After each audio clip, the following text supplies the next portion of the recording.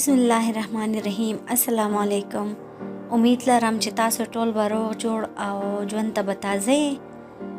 خیبر پښتونخوا په کوزدیر کې یو جج د جینۍ سره جنسي زیاتي کړې دي. دا خیبر پښتونخوا کوزدیر ضلع کې یو جج سینیئر سیول جج د جینۍ سره د جنسي زیاتي په تور نیولې شوی. عدالت جج پولیس ته د یوې ورځې بدني ریمانډ ورکړی او د خالی په ورځ به بیا عدالت ته پیش کیږي. د کوزدیر په تانه کې په 25 نومبر درج کړی شوی ده. په اف آی آر کې ویلې شوی چې د پیښور سره تعلق لرونکي دوه نومي جینۍ ویلي چې محمد جمشید نومي تن چې ځان ته سینیئر سیول جج ویلو 3 میاشتې وړاندې د هغې د خور نه 15 لکه روپۍ اخیستې چې نوکري به درته وکم او دوی ورته بیا دغه پیسې برابر کړي او زیورات یې هم ورکړي. خو بیا چې دوی د جج نه تپوس کړی هغه ورته په جواب کې ویلي چې د خور نوکري دې زما د لاسه ووته.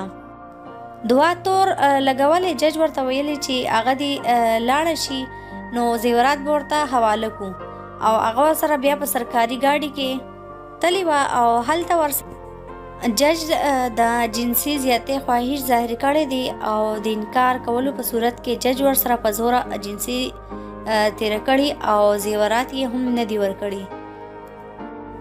د جج په ضد د پاکستان پینل کوډ PPC 376 ماده لاندې درج کړی شوی هغه نیولې شوی او عدالت ته وړاندې کړی دی او قانون پوهان په وینا دغه ماده د زنا بالجبر ماده ده او سزا یې 14 کال بند دی. او د دیر تانی SHO فضل غفور وایي په مقدمه کې د جنسي تیرولو معلومولو طبي معاینه ده معلومولو دپاره DNA ټیسټ نمونې اخیستلی شوي.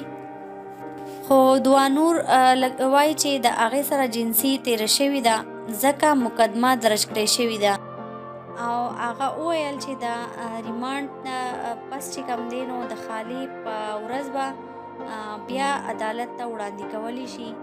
نو دا و زموږ سره لږ ډېر معلومات چې تاسو ټول سره مو شریک کړو. که ویډیو مو خوښه شوې وي نو چینل سره یو لایک ضرور ورکړئ او اوس راکړئ ماته اجازت. لوی الله مو سپارم.